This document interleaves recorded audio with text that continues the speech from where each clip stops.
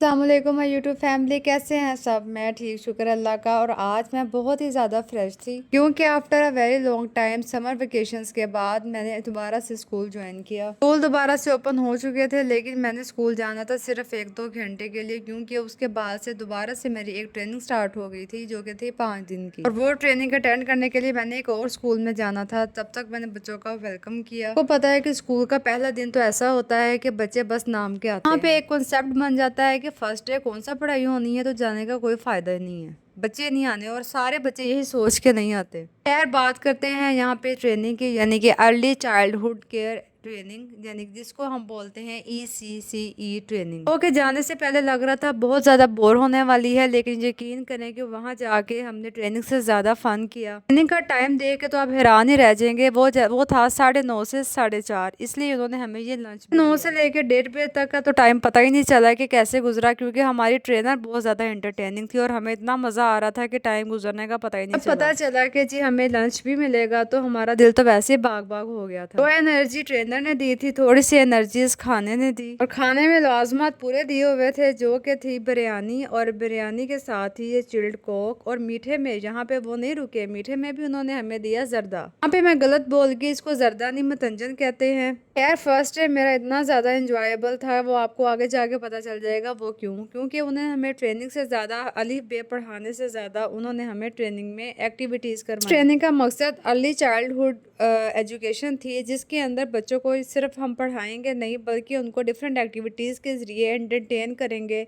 उनके लिए classroom special बनाया गया है, जिसके अंदर LED है, जो मैं आपको क्लास का एक पूरा टूर दूँ। बल्कि आप लोगों ने स्टार्ट में जो कमरा देखा है वो ही इसी रूम है, लेकिन मैं फिर भी आपको एक पूरी वीडियो बनाकर बताऊंगी। लेवल पे आगे पता चलता है यहाँ पे सीनियर और जूनियर का मुकाबला नहीं है, बल्कि यहाँ पे सब लर्नर्स हैं। इसके में ये बताया जा रहा था कि आपको जब रन कहा जाएगा आप वॉक करेंगे, आपको वॉक कहा जाएगा आप रन करेंगे, अगर आपको स्टॉप कहा जाएगा तो आप वॉक करेंगे। कहते हैं ना कि इंसान किसी भी एज में पहुंच जाए, उसको जब से 4 से 5 दफा समझाया ना जाए, उसको बात समझ नहीं आती। मुझे वीडियो रिकॉर्ड करते हुए यकीन करें हंसी आ रही थी कि इस एज में आके भी आपको इतनी दफा गाइड किया जाएगा कि आपकी सोच भी नहीं। सोच इसलिए नहीं क्योंकि हम ये चीज एक्सपेक्ट करते हैं, सिर्फ बच्चों को ही 5 से 6 दफा बात रिपीट करके समझाई जाती है, बल्कि वो इससे भी जल्दी सीख जाते हैं और समझ जाते हैं। खाना तो तब हो ना जब कोई रॉकेट साइंस हो। यहाँ पे सिंपल एक गेम की स्ट्रेटजी समझाई जा रही थी और वो उनको समझ नहीं आ रही। यहाँ पे हमारे ट्रेनर्स का ही हौसला था कि उन्होंने एक गेम नहीं, 2 नहीं, 3 गेम करवाई, और वो भी मैं जानती हूँ कि किस। यहाँ पे थर्ड गेम ये थी कि आपने इस तरह से केव बनाना था, और उसके 1% या 2% जब पास करेगा तो जो खड़े हुए हैं केव बना के, वो उसके कान में कुछ विस्पर करेंगे। गुजरने वाले ने ध्यान से वो बात सुननी थी और वो बात में ट्रेनर को बतानी थी। And you know, and was very shocking and funny. Trainer ने उनसे ये पूछा कि जब आप गुजरे थे तो मुझे बताएं कि आपने क्या सुना।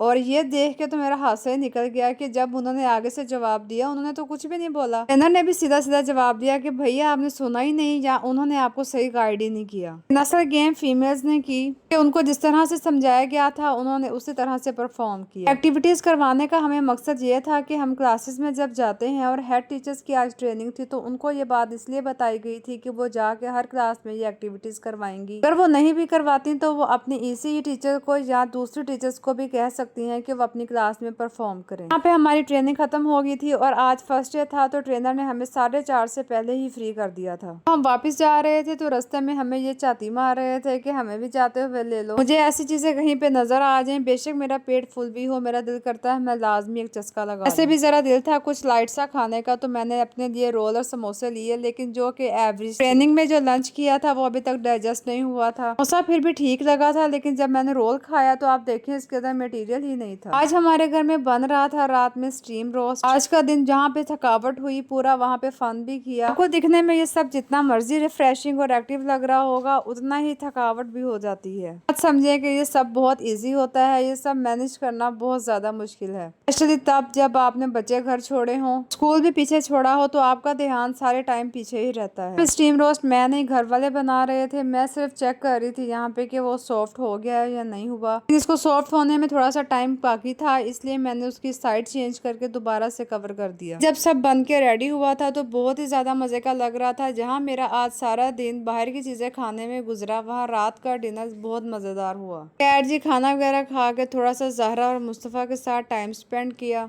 आज लिटरली रात के वक्त ऐसा फील हो रहा था कि जैसे मैंने आज सुबह बहुत ज्यादा काम किया हो। और 6 बजे की मैं सुबह उठी हुई थी और सुबह 6 बजे से लेके शाम 5 बजे तक लगातार मैं घर से बाहर एट द एंड मैंने ज़ाहरा के साथ कार्टून एंजॉय किए। आज की ट्रेनिंग में हमें यही सिखाया गया था कि आप अपने बच्चों के साथ क्वालिटी टाइम लाजमी स्पेंड किया करें। आज के दौर में हमने खुद को इतना बिजी कर लिया है कि हमें बच्चों के पास बैठने की भी फुर्सत नहीं मिलती। साथ साथ बच्चों को भी एक टफ रूटीन दे दी गई है। बाकी बातें कल होंगी, फिर मिलेंगे नेक्स्ट व्लॉग में। अल्लाह हाफिज।